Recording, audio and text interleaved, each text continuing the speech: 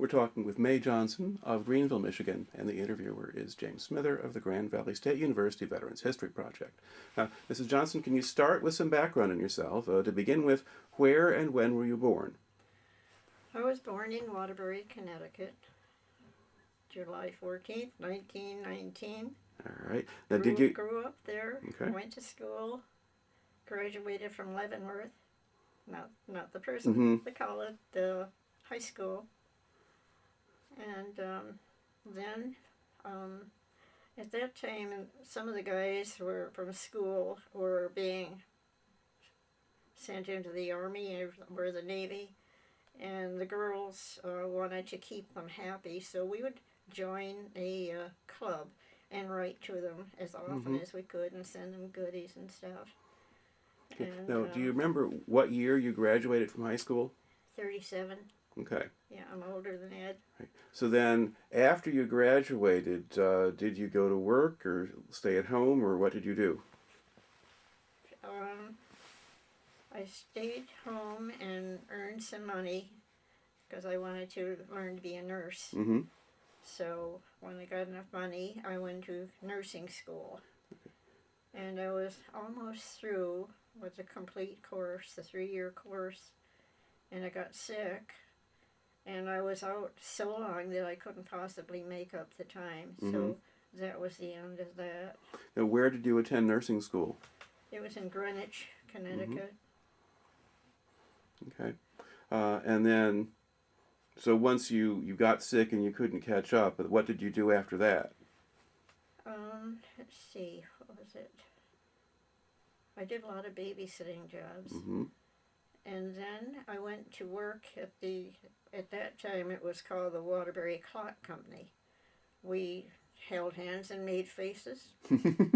And we made parts for gyroscopes. So we knew what we were getting into at that time. I worked there for quite a while, and then I had one of my best girlfriends had a sister who lived in California. She was a nurse, and we had enough money saved up, so the two of us took the train, went out to California, and stayed out there until we ran out of money. We had to go to work out there, so we got a job at the Bethlehem Steel Company. Okay. Now, where were you when Pearl Harbor happened? I think I was at home. 41. I must have been at home. Okay, because I was with my dad. I remember that. So back home in Connecticut at that point. Uh-huh. All right. And when did you go out to California then? I can't remember.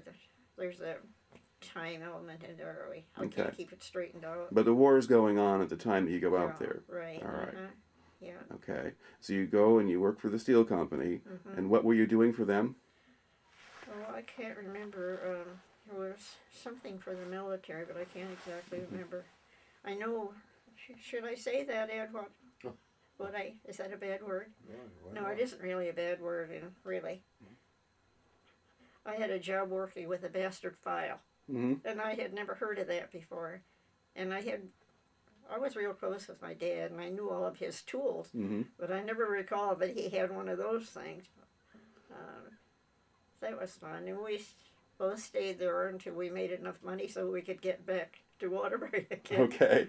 But I remember what fun it was on the train.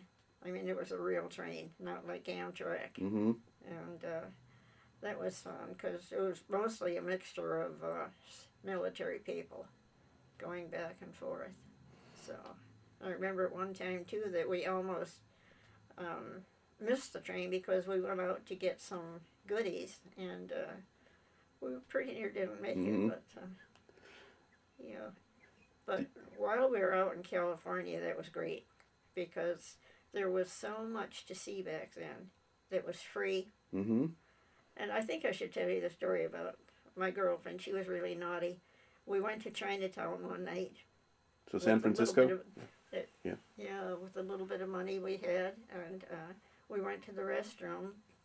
And when we came out, everybody in the place was laughing their heads off.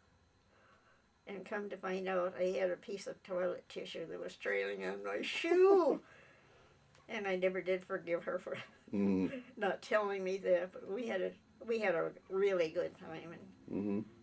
we had a chance at one time while we were out there to go to Alcatraz Mm-hmm. because her sister knew somebody that was working on the boat or something. But we just missed it by a day. But, you know, you see things on TV and it brings back Mm-hmm. memories, which are great. All right. So, Okay. So you had your adventure in California. Mm-hmm. You come back home to Connecticut. mm-hmm. And then what do you do at that point? And then at that point, after having seen all the military and having worked in the Bethlehem Steel, I guess I became over patriotic, and I thought, gee, I guess I'll join the service. Mm-hmm. So I did. Okay. Now, how did that wind up working? Was there a recruiting office nearby that you go to, or what happened? I didn't hear you. How did you wind up? What's the process for enlisting in the WACs? I had to go and enlist, and I think that was in New Haven, Connecticut, Mm-hmm. if I remember correctly. Okay. And, of course, I was accepted. They give you all your gear and all that stuff. And I was sent to Fort Oglethorpe, Georgia, for the basic training. All right. And not there all that long, Okay. just enough to learn all the good things. I do remember there, though, that I didn't like the soil that they had there. It was that red clay, Mm-hmm. and it was a heck of a job trying to keep your shoes clean. And, of course, you had that spot inspection. Mm-hmm. Get points off, you know, if you just Yeah. a little grain of that red clay on your shoe. Yeah. So what did they have you do in basic training? Oh, my, we had a lot of PE. Marching. Lots of schoolwork, you know, learning the same as the guys do, all the basic things. I remember that one of my fears was that while we were marching, I would become out of step. And we had to put on a review parade performance for a big general one time.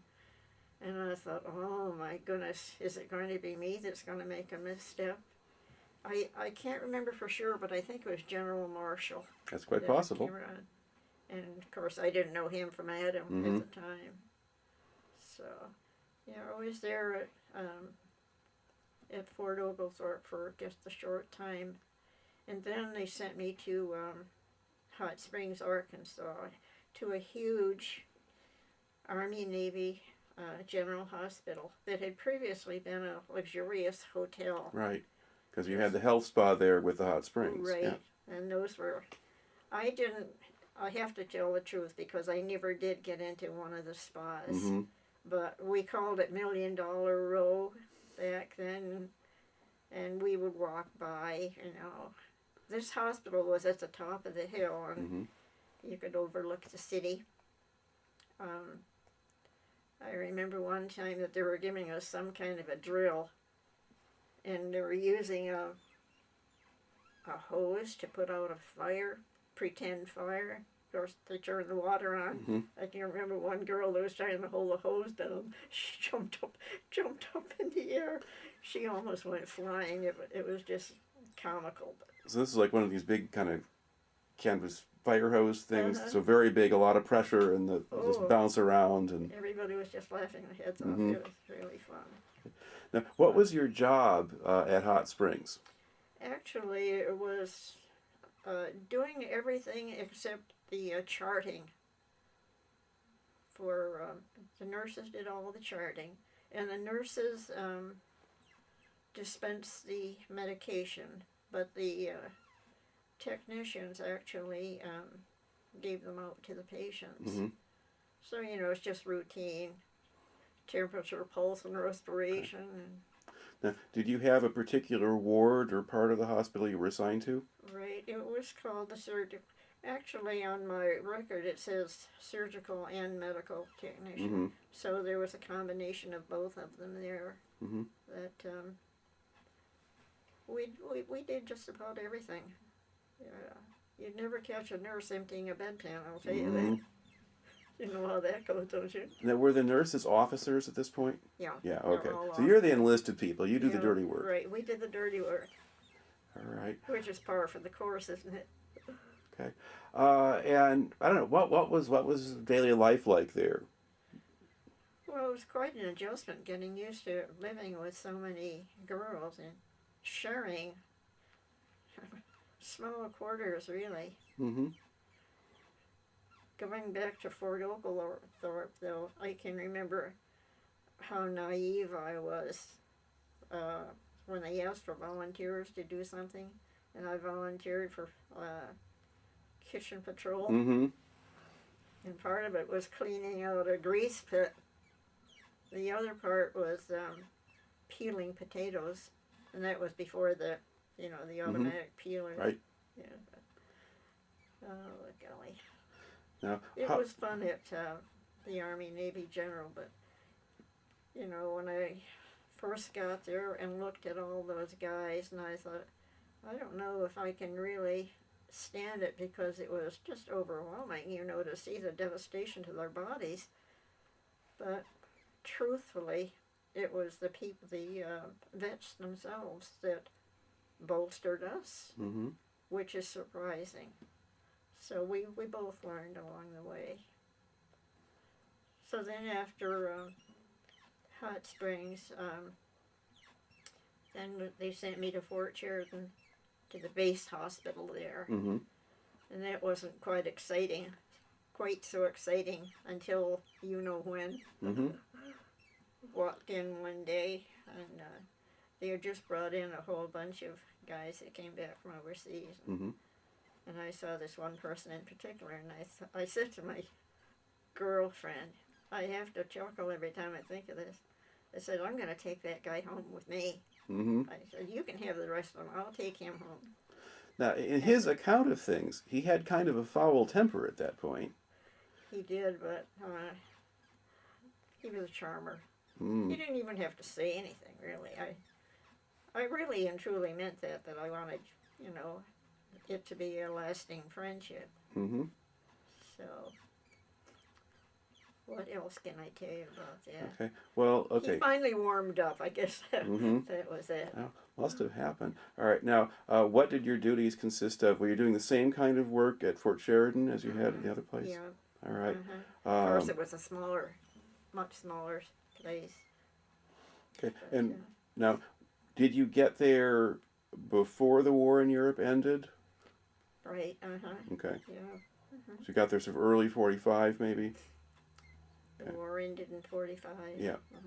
All right. Yeah. And before they started to bring these guys back from Europe, these were just the people on the base who got sick or something that you dealt with? Is it the base hospital, or do they already have patients? No, it who was come in? always the ones that they brought back. Okay. Yeah. And now, what kind of accommodations did you have at Fort Sheridan? We had barracks, bunk beds. Now, how many women would they put together in a room in these places? I've been trying to think of that. I mean, like for sleeping quarters. Yeah. I really don't remember. Mm-hmm. Offhand, I would say maybe 30 or 40. Mm-hmm. Okay. Now, when you decided to join the WACs, what did your parents think of that? Well, maybe they were happy to get me out of the house, to tell you the truth. Because I was, 24? Yeah, 24, 25, yeah. No, I think they were happy. Mm-hmm. My dad had been in the Navy, so, Okay. I should tell you that actually I wanted to join the Marines because I thought the Marines had a more exciting life. Mm-hmm. And their uniforms were nicer looking. And, once a Marine, always a Marine. Okay. I couldn't make it. And I ate carrots until carrots came out of my... But you couldn't pass their physical? Couldn't pass, just the eyes. Eye test. Just the okay. eyes. Yeah. All right. So I settled for the Army. Mm-hmm. But Fort Sheridan was an interesting place because the Lake Michigan was right there, and we had a few little walks on the beach there. And we're close enough to Chicago, so we could go there for all the cultural activities. And I really learned a lot. I mean, I came from a small town. What I thought back then was 100,000 people in Waterbury. But then when you get close to Chicago and see the mass of people, just a little. So you didn't, like, from Waterbury, you didn't get on a train and go into New York City particularly? Oh, New York City was our... we spent a lot of money in New York City. Okay. So you had that kind of experience Yeah. before. One thing about going to New York City was, of course, we had to keep scrounging for our money so we had enough to get there. But anyhow, there were 5 girls in that one particular group that I hung around with, and we went one day, and we were going to do so much. And one of the girls said, "Let's go to the opera." So I had no idea what an opera was like at that point. Mm-hmm. So I said, "Okay, let's go." So just before we went to the opera, there were some vendors on the street selling orchids. No, orchids. And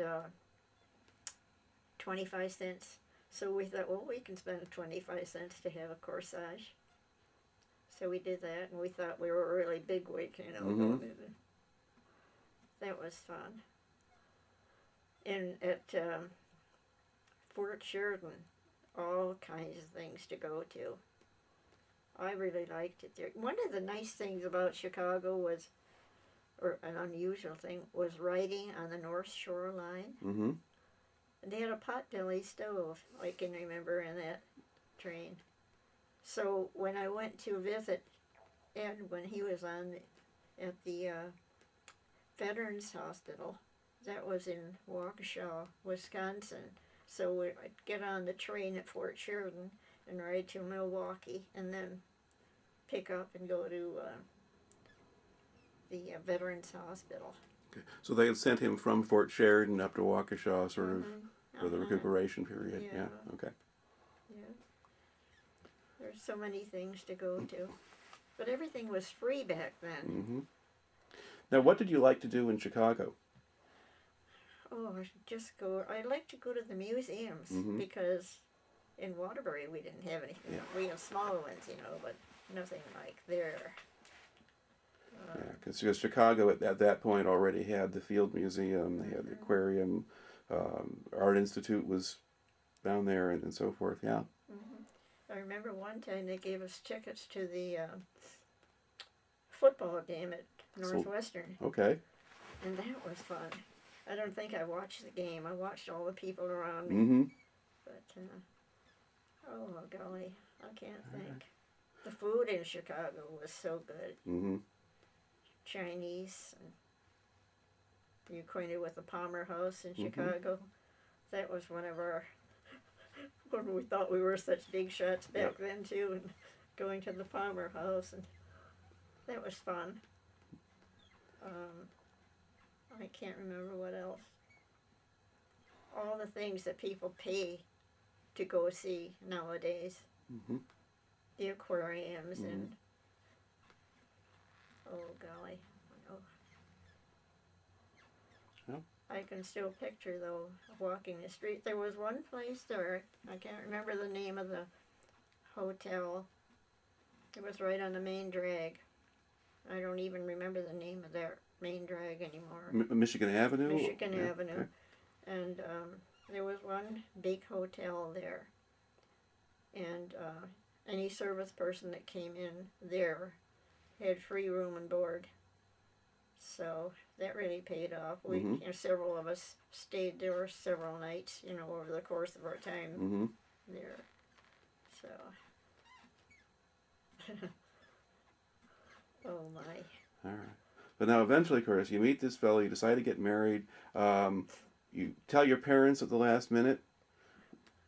Have to get back, go back a little bit. How did that go? Oh, I know now what I'm thinking. He proposed, and at the time he smoked all these cigarettes. Mm-hmm. So I said, no way. I said, I'm not marrying any man that's going to smoke a cigarette and put So that's the other part of the quitting smoking story. Right. Because in his version, he just had a bet with a priest. But he didn't switch right away. I don't know which came first. Well, the priest was on the ship coming back from Europe. Oh. All right, now this is why you talk to two people. I had not heard that story. truthfully. Okay. But so I guess he picked me over the cigarettes. Mm-hmm. Paid off, didn't Yep. it? Yep. Still here. Yeah. Oh dear. So we decided then we'd get married at the Fort Sheridan Chapel, Mm-hmm. and we had to let our parents know. So my folks came from Waterbury, and Ed's folks came from Greenville, Mm-hmm. and everybody met the night before the wedding, which was, when I look back on it now, it's really comical, wondering, gee, I wonder if she'll like me. Mm-hmm. But at 23 or 24 years old, who cares? Yeah. I mean, you're your own guy then. So we had a military wedding right there at the chapel. Not a big one, but Mm-hmm. everybody came. The one funny part of that was my dad and I, like I said, were always so close. And we were standing back in the entranceway of the church, and the music kept playing, Here Comes the Bride. And my dad and I kept talking and talking. I don't know how many times they played that. And Ed tells me he thought he was being jilted at the time. But finally I realized, gosh, I guess we better get it going. So we walked down. Mm-hmm. And I can remember afterwards Ed telling me that he asked the minister, he said, what am I supposed to do? The minister said, just stand there. Mm-hmm. Just say, I do when you have to. Okay. So. Now, were you still in the wax at that point? Okay. Yeah. And then, did they make you leave once you got married? No, Or no? Okay. No, we stayed. I stayed until, let's see, what was it? We were married in October. I don't know, it must have been the end of November or December. Mm-hmm. I think we were home for Christmas, weren't we? Okay. Here at Christmas? Yeah. So basically you were able to stay in until it was time for you and him to go. Right, Okay. Right, All right. So. All right. Now, were there other pieces of your family story that he left out that you want to get in? Because how many kids did you have? When we came back, after we were married and came back here, our first son was born in 1949, Bill in 49. Mm-hmm. And we lived here at the time, and then Ed started college. And while at college, our son Bruce was born in 1951. But over the years, we kept track of all their sports, and Mm-hmm. like good parents do, ever faithful PTAs and all that sort of thing. And I'm losing track. My thoughts are getting all confused. But there was a story about Bruce you wanted to Yeah, tell? Bruce, his son graduated from high school last year, and one of the big joys of his life was going to Alaska with his son Mm-hmm. to fish. But previous to that, Bruce and Justin went 3 or 4 times to Canada together, just the 3 of them, Mm-hmm. which the 3 generations I thought was just super. Yeah. And they did all their fishing up there. They have stories to tell. So both boys were really active. We're really happy. Mm-hmm. And we have 3 grandchildren. And expecting another one, hopefully. So, other than that, I don't know. What? Okay. Oh, yeah, I forgot about that. When we were married at Fort Sheridan, of course, they had a reception for us. Mm-hmm. And they came out with this great big beautiful wedding cake, and come to find out it was made by a German prisoner of war Mm-hmm. who was one of the cooks, one of the POWs. Yep. And it didn't know about that till several months later. Probably would have thrown up at the thought of it. But that was interesting. Because a lot of guys talk about coming back and they'll go to one of the big camps around New York, and the meals were all being served by German POWs. Now, did you yourself see much of the Germans on Fort Sheridan? Were you aware of them on the base, or did you not? The POWs? Yeah. We had a lot of them there. We had some of the, what they call them, the SS troops. We had the bigwigs there. Oh. Really? And I don't know. I didn't seem to be frightened of them, but just the thought of them being there. But, of course, they had to toe the mark. You know, they were watched constantly. I often wondered whatever happened to them. Because it would be the same as POWs over there. But quite a difference, because the German prisoners were really treated well, and they weren't overseas. So. Yeah. Well, some of them just stayed. They all had the chance to go home, and some of them found a way to stay in this country and are still here. I'm sure there's quite a few. They're less likely to be the SS guys, though, than the regulars, and so forth. But yeah, so that was, we were using them, and we were using them for farm work here in Michigan. So they were all over the place. Yeah, I think they probably went to farms. So it's been an interesting. All right. Now, if you kind of think back to the time that you spent with the WACs, whether you're in Arkansas or up at Fort Sheridan, are there other particular things that kind of stick in your head about that, either individual people or things that happened to you?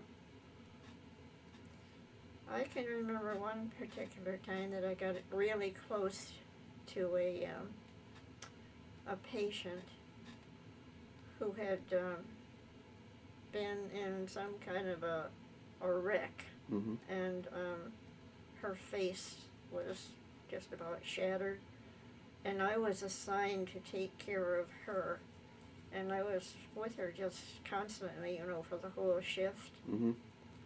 And I had to just keep putting compresses on her face and soothing her and trying to help her emotionally. And I remember her name. She was a lieutenant, Lieutenant Edith Rittenberg.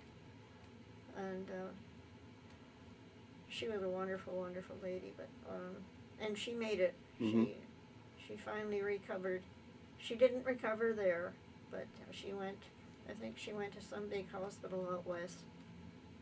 That was one of the, where I felt that I was really doing good. So, but at the Army and Navy General Hospital, that I can still picture those guys. That was heartbreaking. And it was just one small segment of the war, really. And you think of the nurses that were overseas and had to do all that hard work tirelessly. They were on their feet constantly. So. But in those days, it took a very long time to recover from wounds, and men would be in bed for months and months and months at a time, and somebody had to look after them and take care of them. You know, so that went on for a long time. All right. I was really happy that I went in service. The best part of it for me was just meeting Ed. Yeah. Did you find that having had that nursing training was helpful to you when you became Absolutely. Absolutely. Especially for the classwork. So there's so many terms that you're not familiar with that you better be on your toes or out you go, you know. But I was really disappointed that I couldn't finish nurses training. But it just wasn't to be. So. Well, in the end, you came out pretty well. Very well. Very well. So I just like to thank. I'm a happy camper. Okay, I'd like to thank you for taking the time to add your story here to the collection.